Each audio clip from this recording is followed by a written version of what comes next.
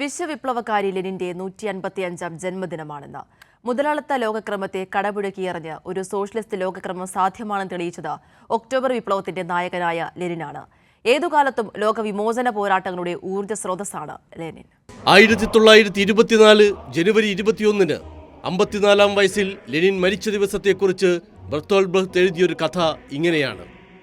ലെനിന്റെ ജഡത്തിന് കാവൽ നിന്ന പട്ടാളക്കാരൻ വിശ്വാസം വരാതെ അകത്തുചെന്ന് അദ്ദേഹത്തിന്റെ കാതിൽ ഉറക്കെ പറഞ്ഞു, ഇലിച്ച്, ചൂഷകന്മാർ വന്നുകൊണ്ടിരിക്കുന്നു.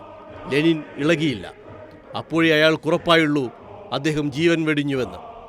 എന്നാൽ മരണത്തിനുമപ്പുറം ലെനിൻ മൗസോളിയത്തിൽ ഉറങ്ങുന്ന 5 അടി 5 ഇഞ്ച് ജഡശരീരത്തിനുമപ്പുറം ലോകത്തെ മനുഷ്യവിമോചന പോരാട്ടങ്ങളുടെ ആകെയും നിത്യവിപ്ലവ മന്ത്രമാണ് ഒരു നൂറ്റാണ്ടിനിപ്പുറവും വ്ളാദിമിർ ഇലിച്ച് ഉലിയനോവ് ലെനിൻ. കാൾ മാർക്സിന് ശേഷം തൊഴിലാളി വർഗ വിമോചന ചരിത്രം കണ്ട ഏറ്റവും വലിയ നേതാവ്, സൈദ്ധാന്തികൻ, പണ്ഡിതൻ, പ്രഭാഷകൻ, പത്രാധിപർ. 1871 പാരീസ് കമ്മ്യൂണിൽ ഉയർന്ന തീപ്പൊരിയെ ഒരു മഹാവിപ്ലവത്തിന്റെ തീക്കുണ്ടമായി സാക്ഷാത്കരിച്ചത് ലെനിനാണ്. 1917 രക്തരൂക്ഷിതമായ ഒക്ടോബർ വിപ്ലവം ലോകം അന്നുവരെ കണ്ടിട്ടില്ലാത്ത പുതിയൊരു ലോകക്രമം തന്നെ സൃഷ്ടിച്ചു. സ്വകാര്യ സ്വത്തവകാശം റദ്ദാക്കി, കൃഷിഭൂമി കൃഷിക്കാർക്കും ഫാക്ടറികൾ തൊഴിലാളികൾക്കുമായി വിട്ടു നൽകി. അതുവരെ ഉണ്ടായിരുന്ന സകല ചൂഷണ സമ്പ്രദായങ്ങളെയും അടിമുടി അവസാനിപ്പിച്ചു. ലോക ചരിത്രത്തിന്റെ ഗതി തന്നെ അട്ടിമറിച്ചു.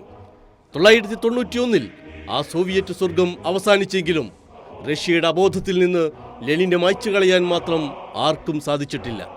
കുപ്രസിദ്ധനായ സർ ഇവാൻ ദ ടെറിബിളിന്റെ ആരാധകനായ വ്ളാദിമിർ പുടിൻ പ്രസിഡന്റായിട്ട് പോലും ലെനിന്റെ മൃതദേഹം റെഡ് സ്ക്വയറിൽ നിന്നെടുത്ത് സംസ്കരിക്കണമെന്ന പാർലമെന്റ് തീരുമാനം നടപ്പാക്കാനായിട്ടില്ല.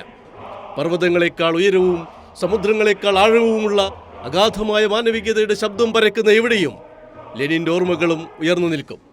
വയലാർ പാടിയതുപോലെ, ഇന്ത്യയോർക്കും ലെനിനെ മനുഷ്യന്റെ കണ്ണിൽ ബാഷ്പം നിറയുമ്പോഴൊക്കെയും, ഇന്ത്യയോർക്കും ലെനിനെ വിലങ്ങുകൾ വന്ന് കൈകളിൽ വീഴുമ്പോഴൊക്കെയും. ബിജു മുത്തത്തി, കൈരളി ന്യൂസ്.